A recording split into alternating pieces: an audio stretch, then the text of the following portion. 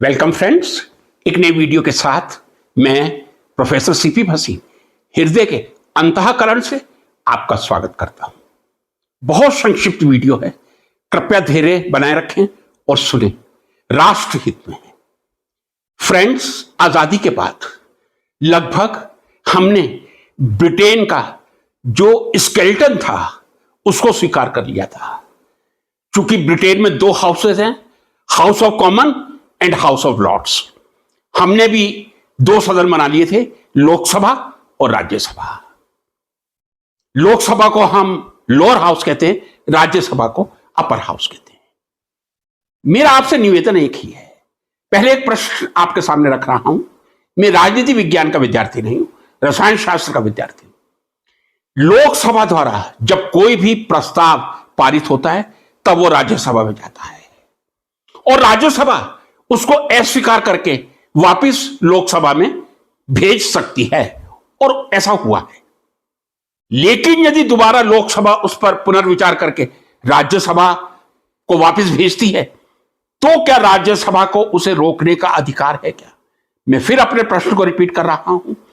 कोई प्रस्ताव जो लोकसभा से पास होकर राज्यसभा में गया है, एक बार राज्यसभा उस प्रस्ताव को रोक सकती है, लेकिन क्या एक बार के बाद दोबारा पुनर्विचार के बाद लोकसभा से जब राज्यसभा में आएगा, क्या राज्यसभा स्थायी रूप से उसको रोक सकेगी? मुझे मालूम नहीं, यह प्रश्न मैं आपके लिए छोड़ रहा हूं। यदि रोक सकती है तो भी कोई दिक्कत नहीं, और यदि रोक ही नहीं सकती तो फिर राज्यसभा का औचित्य क्या है? क्यों हम देश का इतना खर्चा कर रहे हैं? और यह एक ऐसा मुद्दा है, कोई भी राजनीतिक पार्टी, भारतीय जनता पार्टी, कांग्रेस, समाजवादी, जो भी राजनीतिक दल है जिसका एक भी राज्यसभा में सदस्य है, वो कभी नहीं कहेगी, आप भी कभी नहीं कहेगी कि नहीं, राज्यसभा की कोई उपयोगिता नहीं है। मैं ये पूर्ण आत्मविश्वास के साथ कह रहा हूं, यदि केवल लोकसभा रहे और राज्यसभा की हम समाप्ति कर दें, शायद हम अपने देश के पैसे का सदुपयोग किसी और कार्य में कर सकते हैं। तो मेरा मानना है, राज्यसभा की क्या उपयोगिता है, और यदि उपयोगिता नहीं है तो मात्र सदस्यों को निर्वाचित करने के लिए, स्टेटस प्रदान करने के लिए इस देश की गरीब जनता का इनकम टैक्स पेयर का पैसा खर्चो। क्या यह आप लोगों को उचित लगता है? ठीक इसी प्रकार की बड़ी दुविधापूर्ण, आश्चर्यजनक स्थिति, शायद जो मैं अब कहने जा रहा हूं, कई लोग इससे अवगत ही ना हो, उनको मालूम ही ना हो।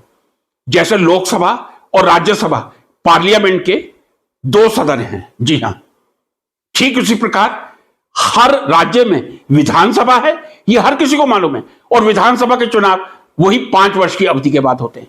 क्या आपको मालूम है, 5 या 6 ऐसे राज्य हैं जहां विधानसभा तो है लेकिन साथ में विधान परिषद भी है। जी हां, इन सब state there is legislative assembly as well as legislative council, और वो राज्य हैं तेलंगाना, आंध्र प्रदेश, कर्नाटक, महाराष्ट्र, यूपी और बिहार।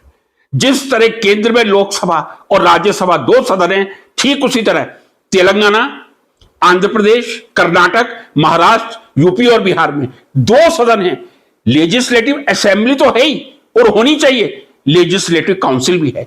मैं पूछना चाहूंगा, केवल 6 राज्यों में लेजिस्लेटिव काउंसिल रखने का क्या तात्पर्य है?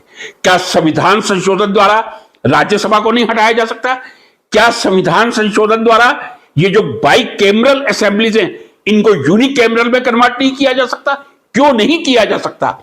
समय समय पर हमारे संविधान में संशोधन हुए हैं और हमारी जनता ने, जो भी लोकसभा, राज्यसभा, विधानसभा के सदस्य हैं, संविधान संशोधन की अनुमति दी है। फिर विचार कीजिए, क्या राज्यसभा का कोई औचित्य है, या देश का पैसा किसी और क्षेत्र में उपयोग किया जा सकता है?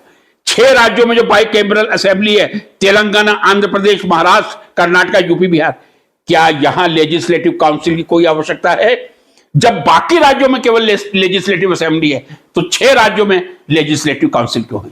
कोई भी पॉलिटिकल पार्टी ये नहीं कहेगी, नाइदर बीजेपी और कांग्रेस और आम आदमी पार्टी इवन और any other political party, because they have the benefits by keeping their member in the Rajya Sabha. So please, public should think, हमें सोचना चाहिए, हम इस पैसे का अपने स्कूल, कॉलेजेस और मेडिकल फील्ड में उपयोग करें, और राज्यसभा की कोई आवश्यकता नहीं है। बाइकैमरल असेंबली की केवल 6 राज्यों में, या तो पूरे जितने राज्य हैं 28 राज्यों में यह व्यवस्था होती, लेकिन केवल 6 राज्यों में बाइकैमरल असेंबली हो। यह देश की गरीब जनता के और इनकम टैक्स पेयर्स के पैसे का पूरी तरह से नुकसान है। हमें जागरूक होना चाहिए। राजनीति के प्रति आप जागरूक तो रहें, राजनीति में आप लिप्त ना हो, लेकिन राजनीति में क्या हो रहा है, सही या गलत हो रहा है, यह हर देश के नागरिक को सोचना पड़ेगा। तभी लोकतंत्र हमारे देश का सफल होगा। नमस्कार।